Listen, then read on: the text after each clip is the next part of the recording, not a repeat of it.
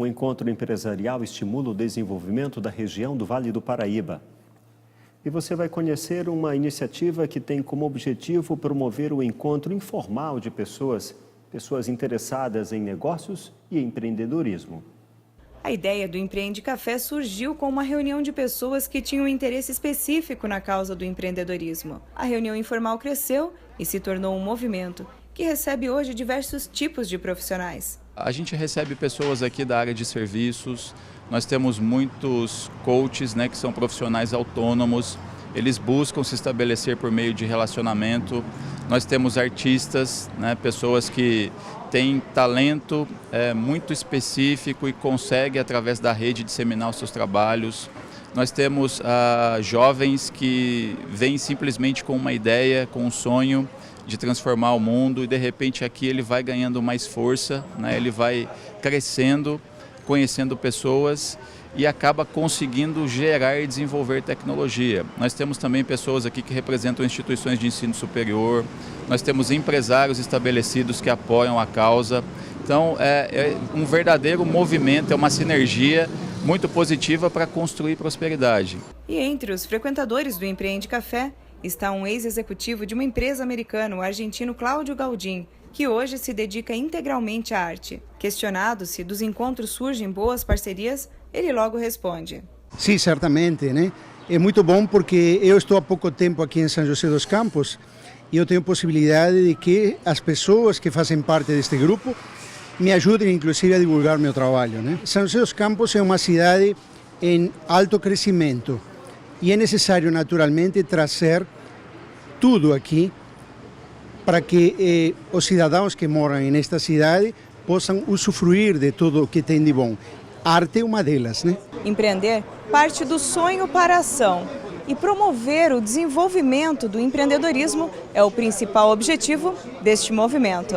Neste ambiente, a gente discute vários assuntos sobre empreendedorismo, negócios, até mesmo assuntos políticos que envolvem o aspecto do território, de São José dos Campos e também as cidades do entorno. Projetos e desenvolvimento de tecnologia.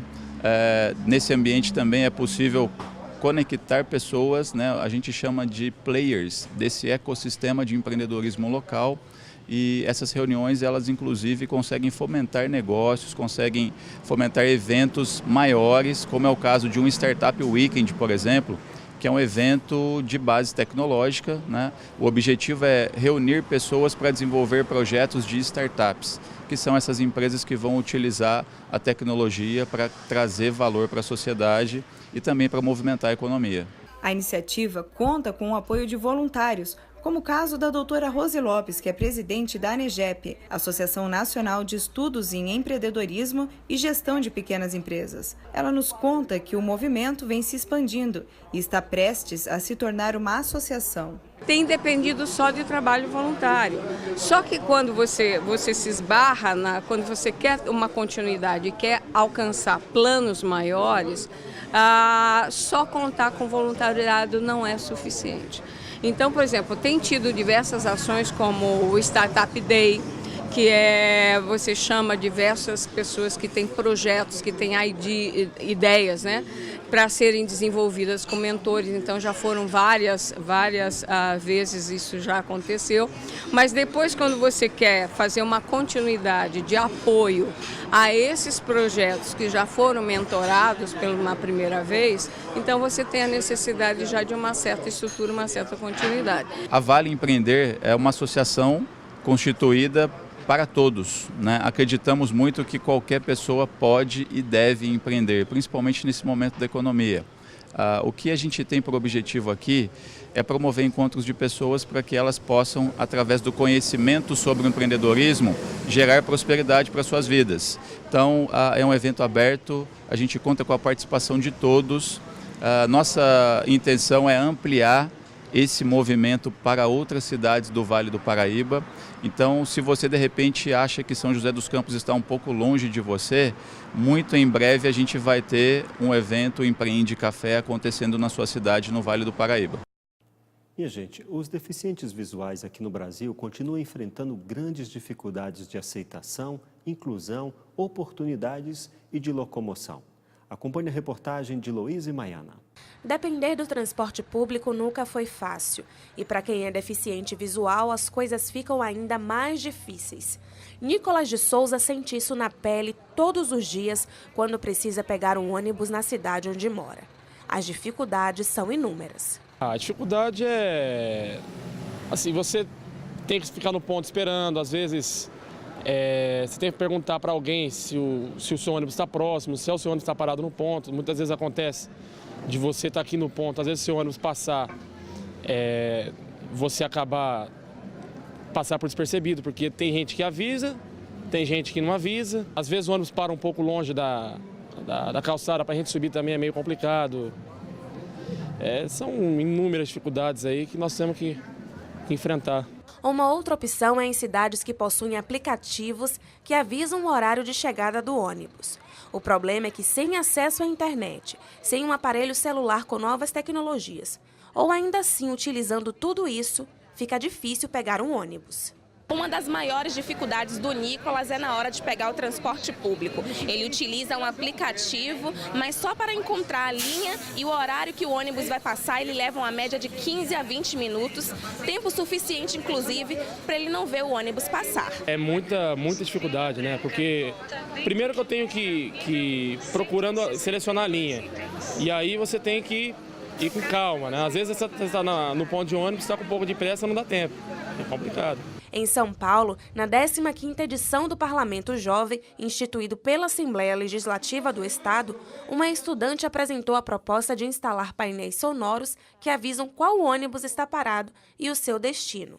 A iniciativa surgiu depois que a estudante viu uma cena de discriminação com uma deficiente visual. Nós observamos uma senhora descendo e ela perguntou para avisar o próximo ônibus, e daí o moço respondeu para ela que não, porque ele não tinha essa obrigação de avisar a ela. E daí isso me comoveu demais, porque criando esse projeto evitaria o bullying e o constrangimento para ela. A ideia foi aprovada. No entanto, segundo o vereador Paulo Reis, que também participou do Parlamento Jovem paulistano, para um projeto entrar em vigor, é preciso que um parlamentar se interesse pela proposta e adote a medida a fim de reescrever o projeto e levar para a Câmara. Sendo aprovado aqui, seguiria para o prefeito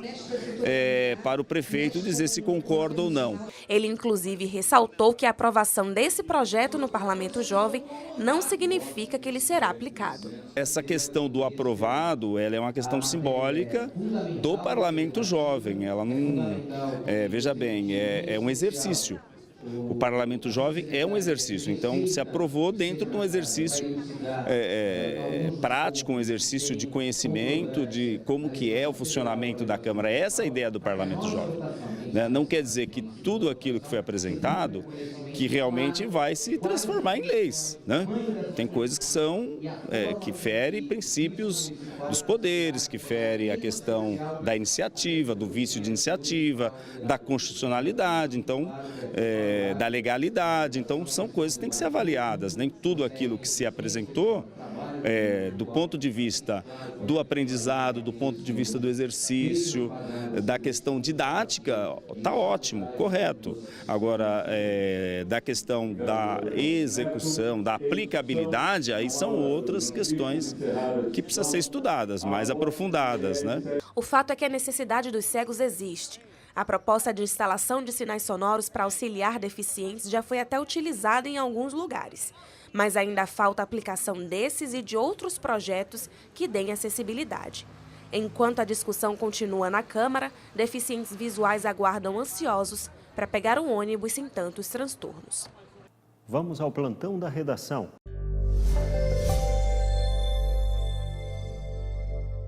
Olá. Justiça suspende reajuste de 19% para secretários da Prefeitura de São José dos Campos. Com o reajuste, o subsídio de cada um dos 13 assessores e dos presidentes da Fundação Cultural, o Fundas e Urban, passou de R$ 11.226 para R$ 13.369. Por meio de nota, a Prefeitura informou que não foi notificada, mas que quando isso ocorrer, irá recorrer. E moradores começam mudança para o residencial Bem Viver em Pindamonhangaba. Na manhã de ontem, os primeiros moradores do condomínio receberam as chaves e puderam iniciar as mudanças para sua casa própria. É com você, J. Washington.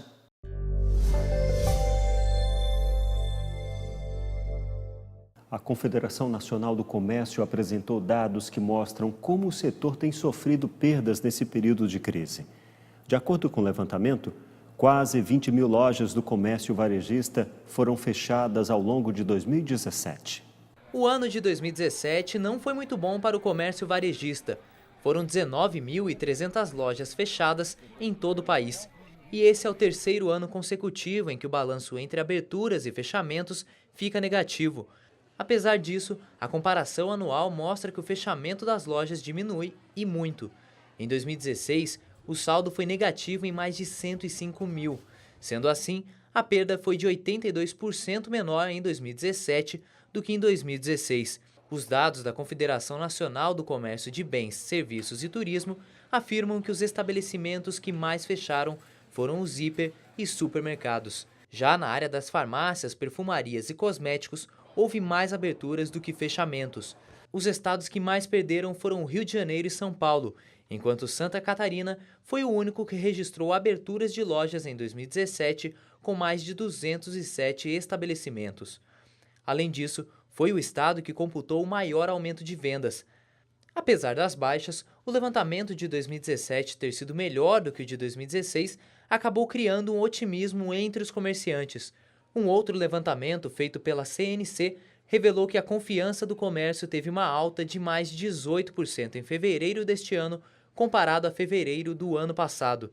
O índice atingiu 113,2 pontos e se manteve acima da zona de indiferença, que é de 100 pontos. Os dados apontam também que quase 50% dos comerciantes consideraram o desempenho do comércio melhor do que há um ano.